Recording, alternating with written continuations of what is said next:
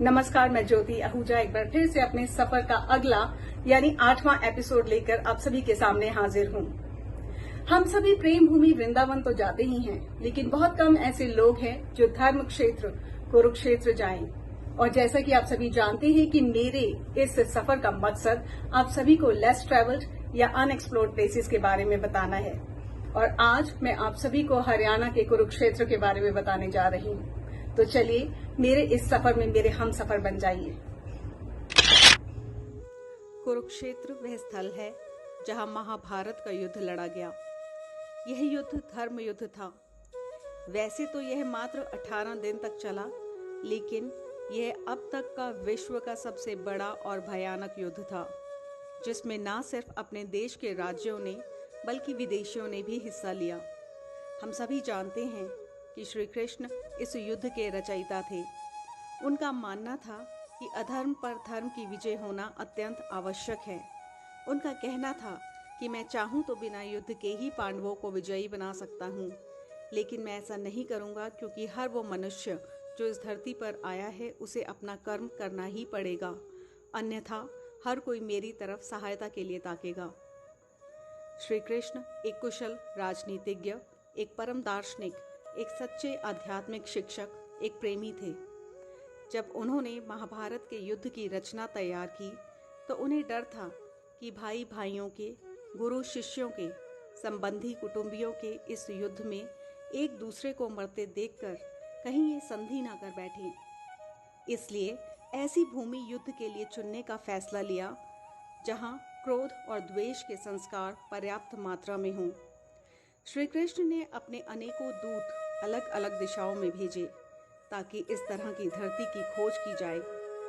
तब एक दूत ने बताया कि कुरुक्षेत्र में एक बड़े भाई ने अपने छोटे भाई को काम से इनकार करने पर उसका गला काट दिया और शरीर को घसीटते हुए खेत की मेंढ पर, जहां से पानी निकल रहा था, पानी रोकने के लिए उसके शरीर को वहां लगा दिया। ऐसी ही और भी कुछ कथाएं हैं जो कुरुक्षेत्र की धरती से संबंधित हैं।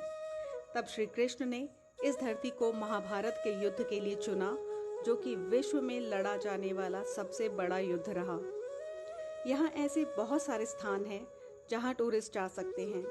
मैं चाहती हूँ कि जब भी आप हरियाणा जाएं तो कुरुक्षेत्र की उस पवित्र धरती पर जरूर जाएं, जहाँ श्री कृष्ण ने अर्जुन के युद्ध से इनकार करने पर उसे अपने हक की लड़ाई लड़ने के बारे में बताया और गीता का उपदेश दिया, जो किसी धर्म या जाति विशेष के लिए नहीं बल्कि समस्त मानव जाति के लिए है।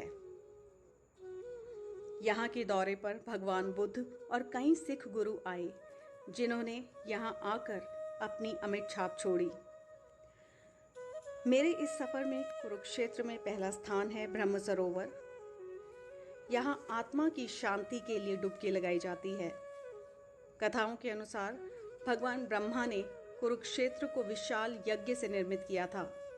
ऐसा भी माना जाता है कि इस ब्रह्म सरोवर में स्नान करने से उतना पुण्य मिलता है जितना अश्वमेध यज्ञ करने के बाद मिलता है। मेरे इस सफर में दूसरा स्थान है धर्म क्षेत्र यानी कुरुक्षेत्र का ज्योतिसर। यहाँ पर अक्षय वट वृक्ष के पास श्री कृष्ण ने अपना विराट रूप अर्जुन को दिखाया और गीता का उपदेश दिया।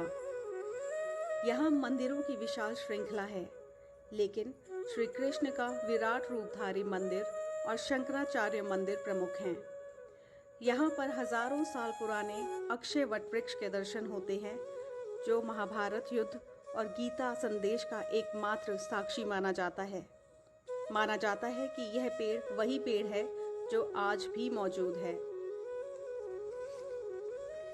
चलिए इस सफर को थोड़ा और आगे बढ़ाते हैं और आपको बताने जा रही हूँ भीष्म कुंड के बारे में। कहा जाता है कि जब पितामह भीष्म शरशैया पर थे तो उन्होंने जल पीने की इच्छा व्यक्त की। तब अर्जुन ने गांडीव धनुष पर बाण चढ़ाकर धरती में मारा और वहां से जलधारा बह निकली। कहते हैं कि यह वही कुंड है, इसलिए इसका नाम भीष्म कुंड पड़ा।